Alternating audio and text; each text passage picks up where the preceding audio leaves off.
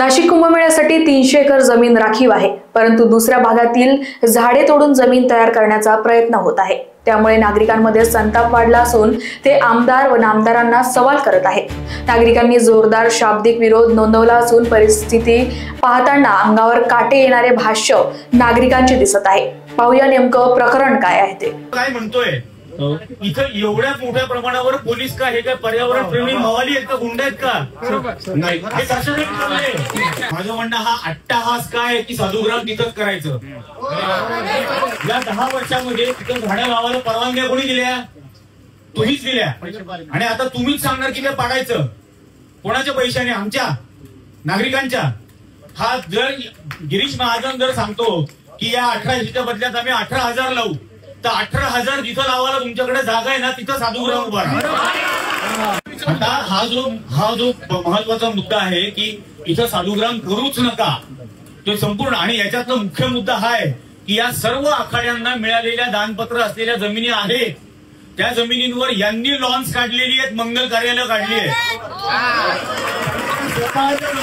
स्वतःच्या जमिनींवरती या सगळ्या गोष्टी चालतात। आणि या साधुग्रामसाठी म्हणून तुम्ही इथली झाडं तोडून त्यांना तिथं बसवणार आणि मग हे दर 12 वर्षांनी करत राहणार। गेल्या 12 वर्षापूर्वी या तपोवनालगत 300 एकर जागा कायमस्वरूपी नो डेव्हलपमेंट झोन म्हणून महापालिकेने डिक्लेअर केली, बरोबर? काय केलं? 300 एकर जागा कोणी हडप केली? शोध घ्या आम्हाला। याचे पहिल्यांदा तुम्ही सांगायला पाहिजे अशा सुनावणींमध्ये उत्तर पाहिजे। तुम्ही अमुक 75 आणि तमुक 3 असं काहीतरी आम्हाला सांगत बसताय। याच्यात वेळ घालवू नका, सरळ सरळ हा रद्द। आणि इथं बागुल नाना पण जे म्हणत होते की सक्षम अधिकारी, ज्या कुंभमेळ्यासाठी ज्या गोष्टी व्हायला पाहिजे होत्या त्यातल्या काहीही झालेल्या नाही।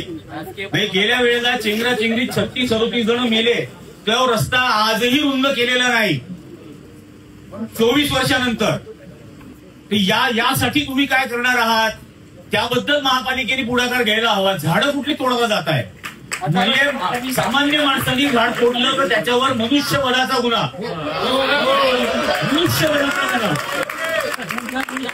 तुम्ही 1800 खून करायला तयार आहात। त्याच्यामध्ये तुम्ही ठरवणार यातले किती आवश्यक खून, किती अनावश्यक खून, याच्यातल्या किती पारंपरिक झाडं। आता झाडांमध्ये जातीयवाद आणणार का? पारंपरिक झाडं, अपारंपरिक झाडं, त्या अपारंपरिक झाडांमध्ये बाबूळ असेल आणि आणखी कुठली असतील, झाडांमध्ये जातीयवाद नका आणू। एकही झाड कापलं गेलं नाही पाहिजे। एक झाड कापणं हे सुद्धा हत्या आहे। एक गोष्ट लक्षात ठेवा की आम्ही पब्लिक आहोत, तुम्ही पब्लिक सर्वंट, आणि तुम्ही रंगमंचावरती आहात। इथं अभिनेत्यासारखं वागू नका, हे अतिशय गांभीर्याने घ्या। Bureau report, Lokvahini media, Nashik.